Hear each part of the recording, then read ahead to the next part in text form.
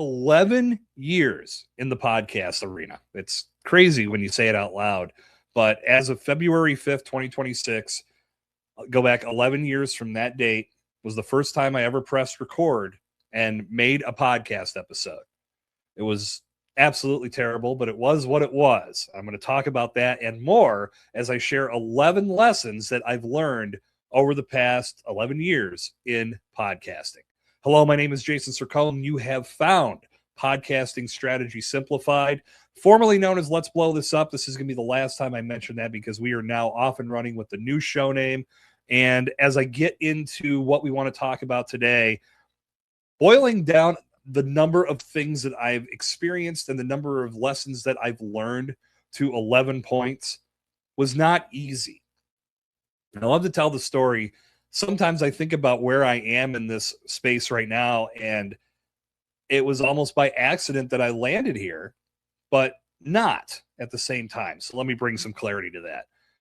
When I was in college, I had a radio show and I absolutely loved it. I was in the communications department at the University of Pittsburgh at Bradford. Absolutely loved doing my radio show on Fridays. Didn't even realize at the time the format that I had was a little podcasty.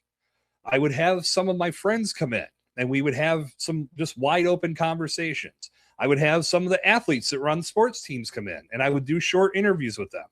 I would be playing music like a normal radio station. It was really like the biggest blend of variety that you could possibly find. But what I didn't realize was when I was doing that, I was building a skill set that would someday become what I'm doing for a living and something that I'm incredibly passionate about.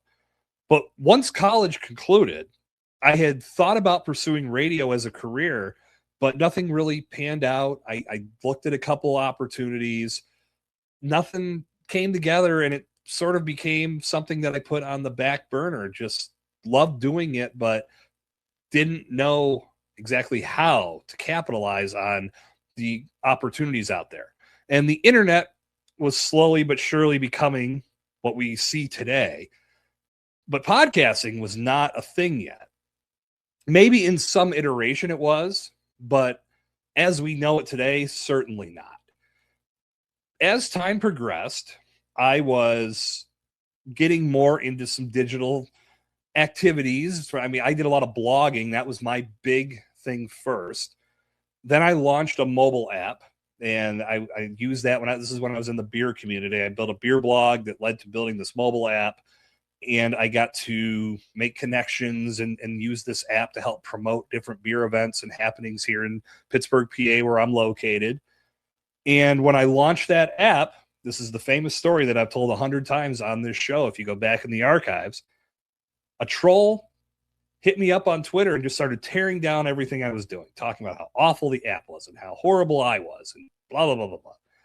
And when I looked to see what he did by reading his profile, I discovered that he was a podcaster. Around that same time, my best friend and I had been talking about kicking off a podcast. What do we do if we want to do this? Like, what does this mean? What could we do? What could we make of it? Podcasting was becoming this thing that we were seeing more and more of, but we just weren't sure how we could make an impact.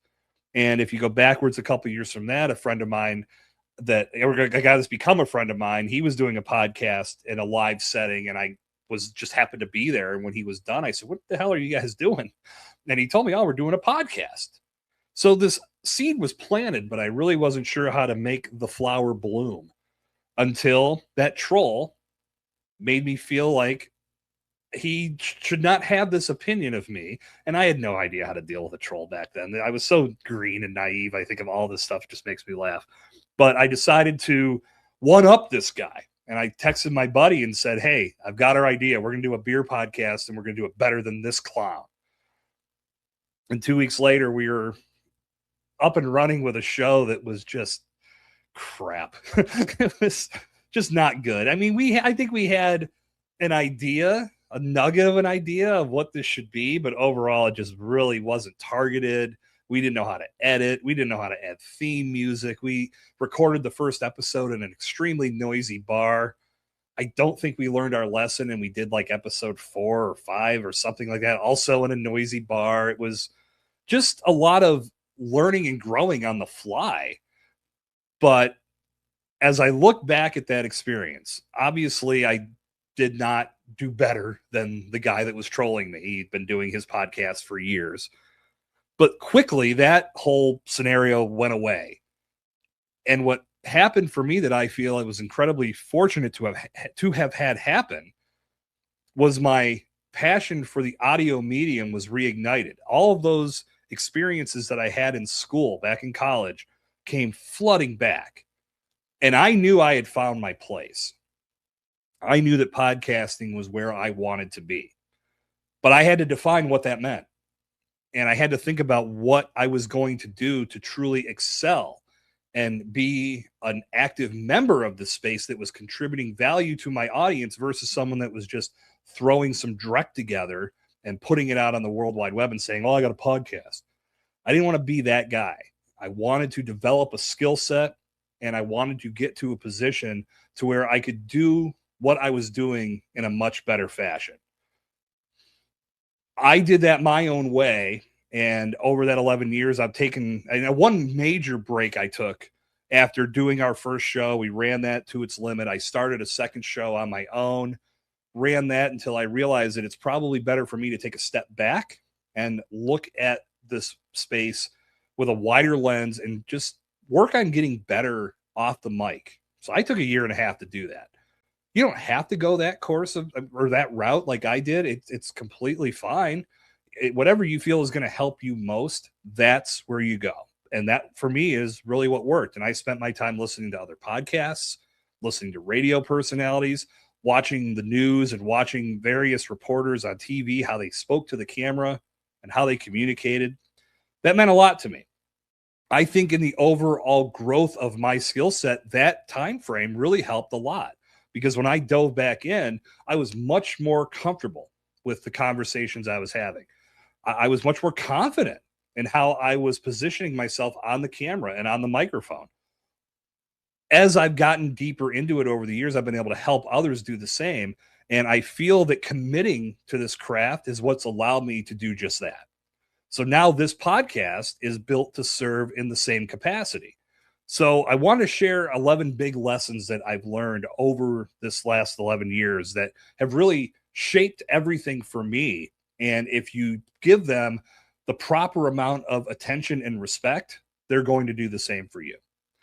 Number one, strategy matters most. Now, that may sound completely biased because what I've leaned into at Bombtrack Media is podcasting strategy, obviously baked into the title name here. But in my opinion, if you're not focused on the strategy first, then you're going to make mistakes and you're ultimately going to lose interest in building your podcast. We've seen way too many people throw in the towel on what could have been an amazing podcast, but because they didn't have a strategy in place that defined what they were doing and why they were doing it, that defined realistic goals and expectations for their efforts, that laid out small wins that will happen along the way to keep you engaged in the process. They threw an episode or two out. The world didn't come calling. They thought they sucked. They said, this is too much work and too much effort for little to no return. And they walked away. When you're building a podcast, you have to understand what the long-term ramifications are. And that comes from building your strategy first. So what I tell all new podcasters is to focus on that part first, because the world has gone this long without your podcast.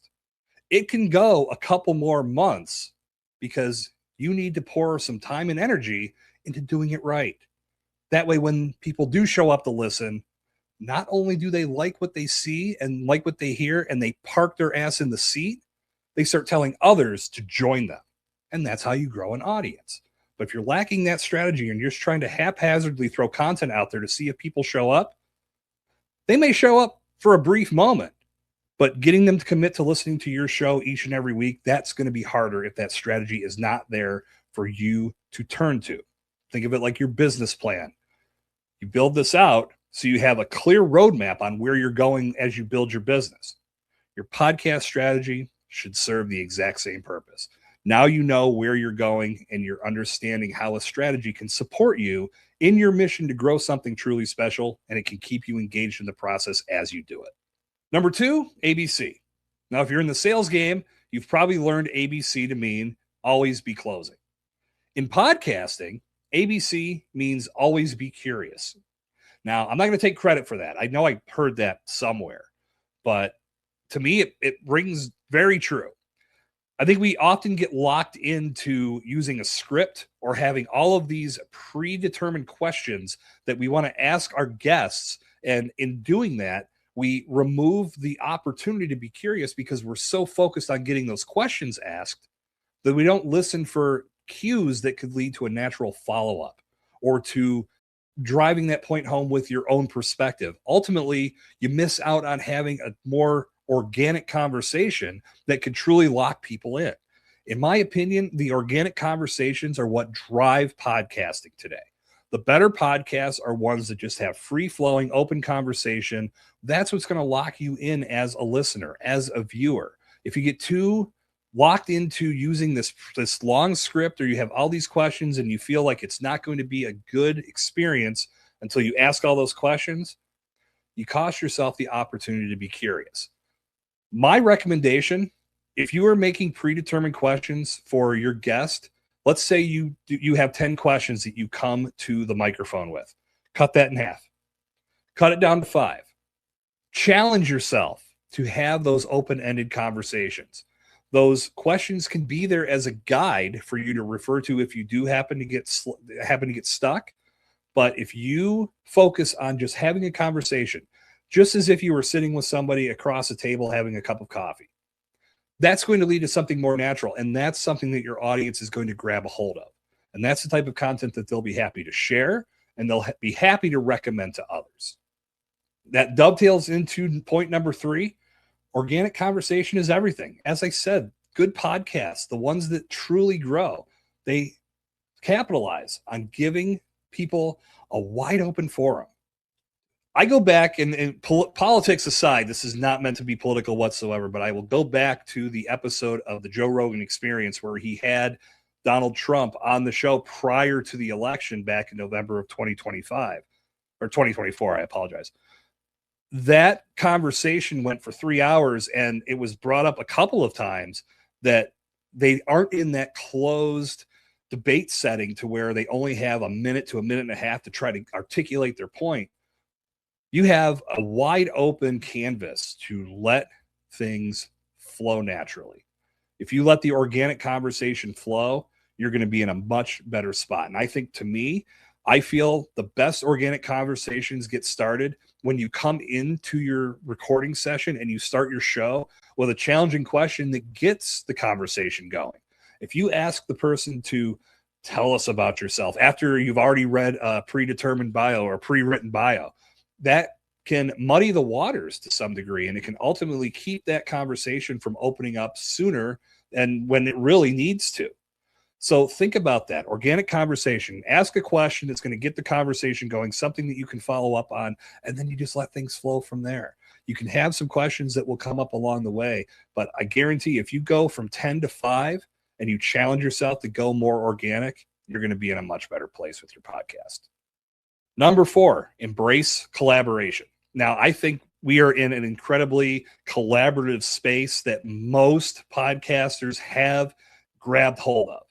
You know, when I go to an event like PodFest and I see that community come together, or the event that I'm a part of, the planning committee, the Empowered Podcasting Conference, when I see these communities come together, I know they are working together to grow, to get better at what they do, to make their community a better space to be a part of. If you're looking at podcasting as this competition to where you need to do better, I have to be better than this podcast over here, you're doing it wrong. There are a number of ways that you can collaborate with those other podcasts to not only grow your own audience, but to potentially build your network with other professionals in your space. And when you have that network, you never know the opportunities that could potentially open up. I don't see a ton of this in podcasting, but I've seen some of it to the point where I wanted to make sure that I reference this because it's absolutely a lesson that I've learned along the way. If you are focused on trying to be competitive and trying to do everything on your own and trying to put other shows down, you're doing it wrong. You're missing out on opportunities to grow. Embrace collaboration wherever you can. Number 5, and this is a big one. Understand your numbers, but don't let them consume you. We have some ugly statistics in podcasting. And if you look at them enough, they can consume you to a point where you might say, I'm going to fall into that trap too, just because it's almost like osmosis. 90% of new podcasts don't get past 3 episodes. Oh shit, that's going to be me. I don't want to do that. So you don't even start. Or you're in almost that burnout pod fade arena and you're saying, oh God, I don't know how to pull myself out of this. And then I see all these statistics. I guess I'm just one of them. Or the biggest one is you look at your download metrics and you let that determine your success. It's a horrible, horrible way to fly.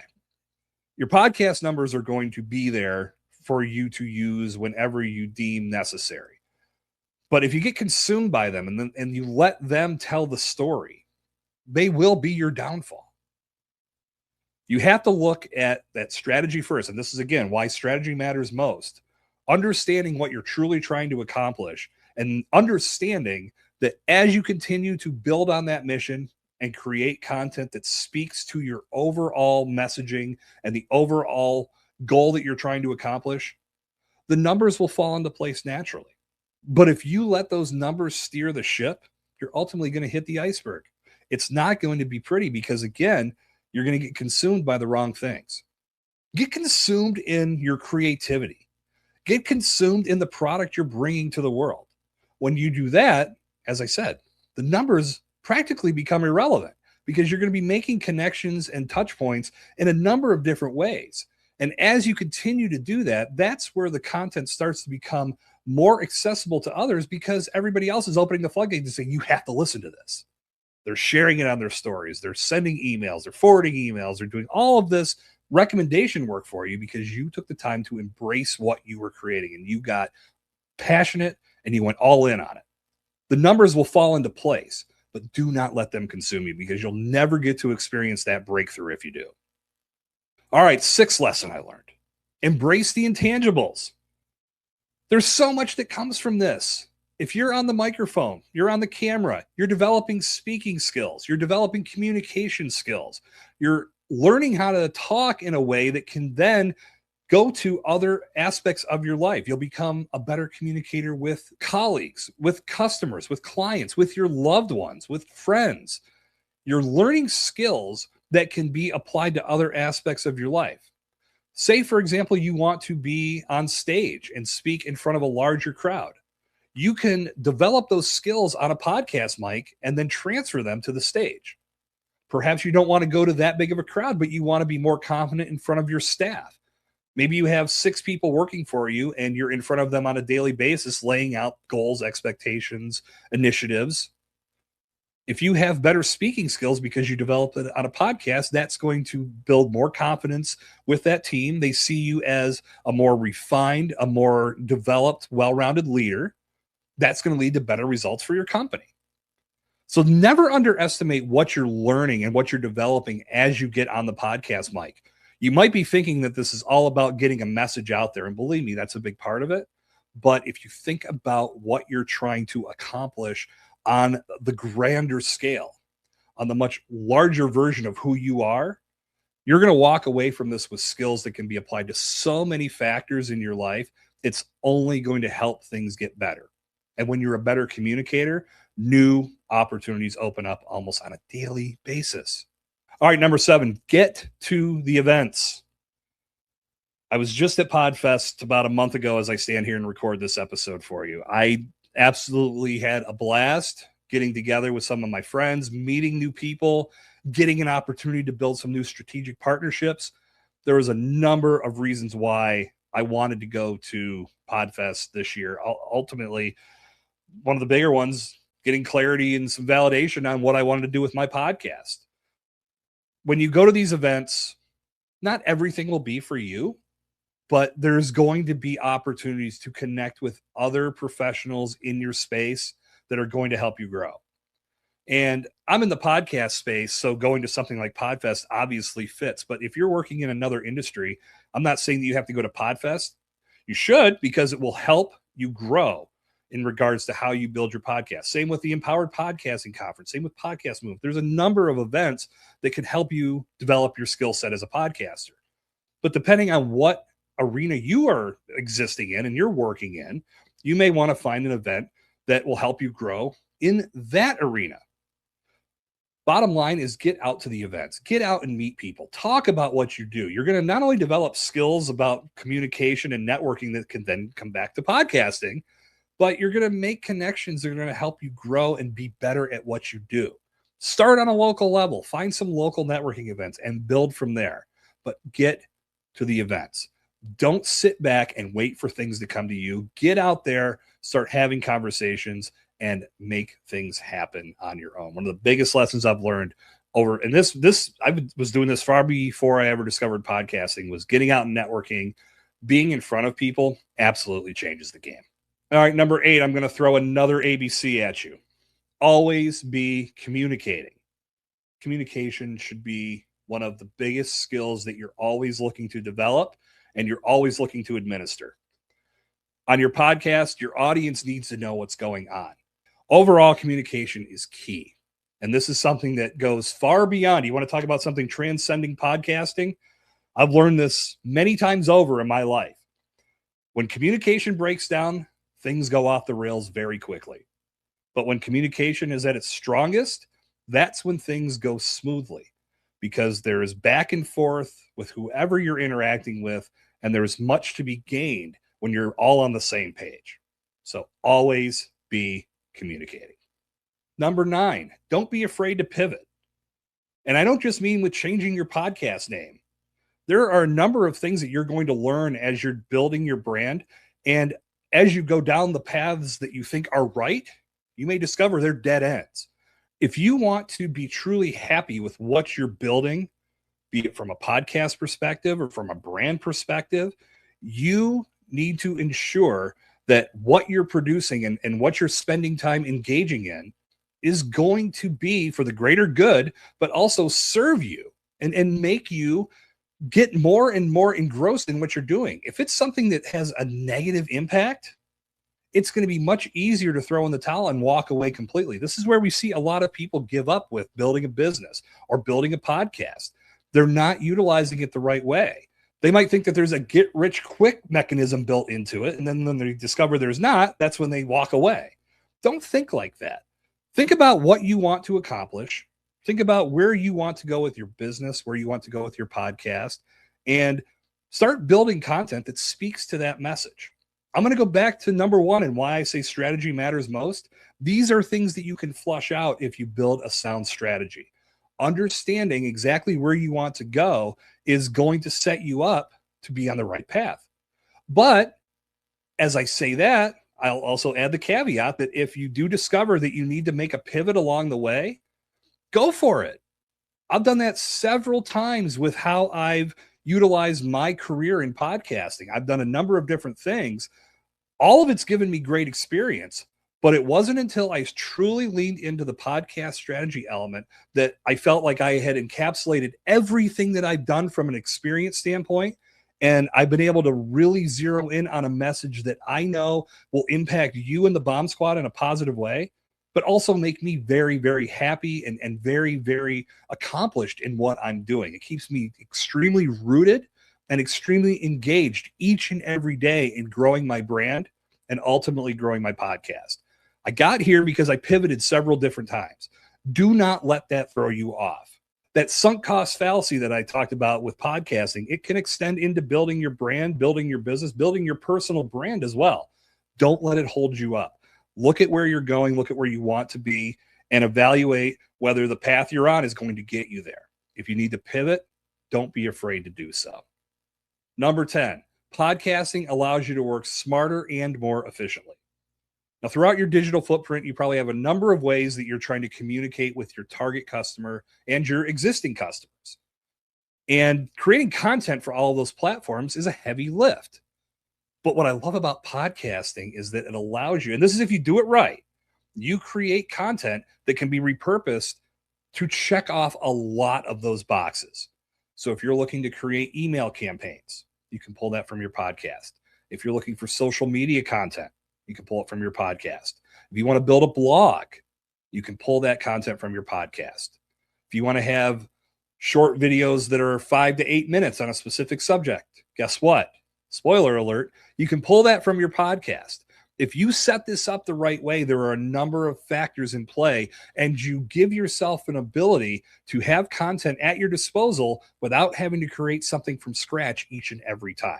So content repurposing is a huge element that I always cover when I'm doing podcast strategy days with folks and helping people develop that initial foundation. Understanding how to use this content throughout your digital footprint is going to change the game. It's going to make life a lot easier for you, and it's going to put a consistent message in front of your customer base. At number 11, I'm wrapping up with this one because I want to really drive this point home hard.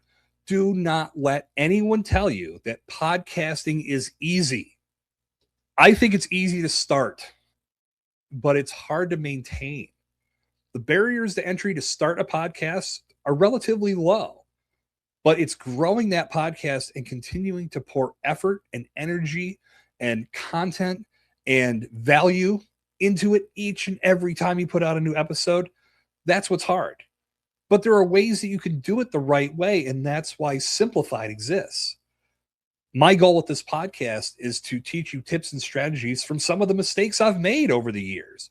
I've learned how to walk so you can run. Take some of these things to heart and you're going to have a much better go of it versus trying to figure everything out from scratch. Understanding that it's not easy, that there's effort that's required.